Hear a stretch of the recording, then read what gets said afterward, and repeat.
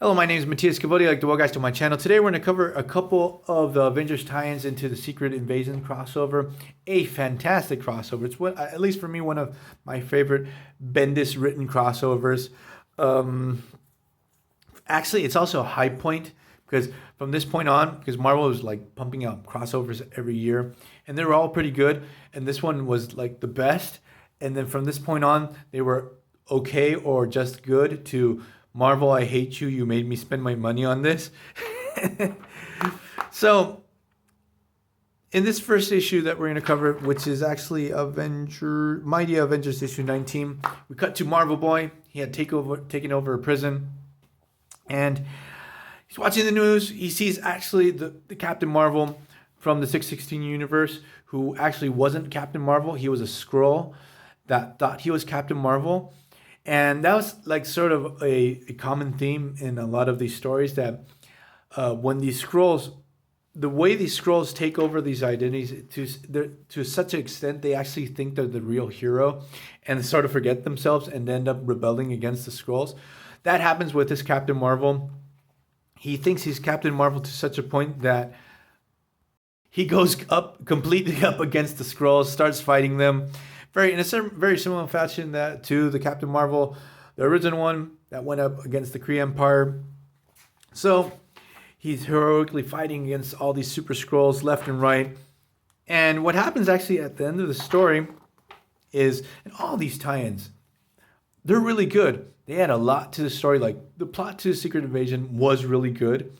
And these just add and add and add and add a lot of really interesting ideas and perspectives to that story. I haven't seen done so well since, and maybe it's one of the very few times it's done so well. So what happens at the end of the story is that the Skrull Captain Marvel ends up dying, sacrificing himself, defending Earth. And this actually sort of inspires Marvel Boy into wanting to be a hero, because this character was like sort of, writers just didn't know what to do with this guy. And he's going to become part of the Dark Avengers and play a little bit of an important role during that phase of Marvel. Then we cut to Mighty Avengers issue 18. Wait, I did it out of order? What a stupid fuck I am. Yeah, sorry. Okay, issue 18. This is also a super relevant issue because we also, even though I think the big reveal of the Secret Warriors was during the Secret Invasion, the first time they pop up, but here we sort of have the basic origins of the team, why Nick Fury put these guys together. Obviously was the fact that he had suspicions that all of Marvel's heroes, or quite a few of them, were replaced by Skrulls. He had already gone rogue and underground. He wasn't in S.H.I.E.L.D. for a while now. And he actually thought Maria Hill, the leader of S.H.I.E.L.D. at the time, the head of S.H.I.E.L.D., was a Skrull. So he actually hatches a plan to kidnap her. So he's training all these new kids from the Secret Warriors, Stonewall, Quake, the son or grandson of Dr. Druid, Phobos, JT, a dude that has like powers sort of based on Ghost Rider. Like all these characters later on are going to be on the ongoing series Secret Warriors, written by Jonathan Hickman. That was really awesome. But the whole idea is to kidnap Maria Hill, verify if she was a Skrull. Fury later on finds out the Secret Invasion had started, puts his team into action, and as I said in other videos, Secret Warriors is a freaking awesome series. Then we have New Avengers issue 43. What happens in this one? Here's what I was telling you guys about, the conditioning of the Skrull imposters, because all these heroes, when they see all these characters pop up, we have reason to believe they might be the real deal, and that's so awesome. Like when you're reading that story, like, oh my God, like Captain America had died. Is it the real Captain America? Was it the real deal, or was it a Skrull?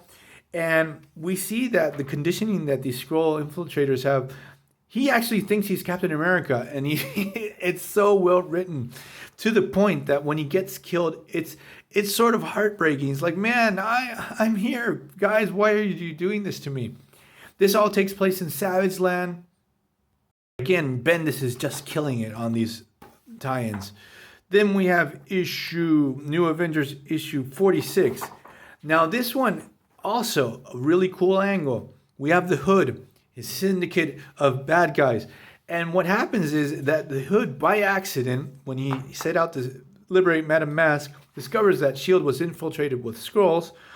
And now he's freaking out that within his syndicate, they're full of aliens too. So he actually uses his evil diabolical powers given to him by Dormammu to find out if there's any imposter within his team.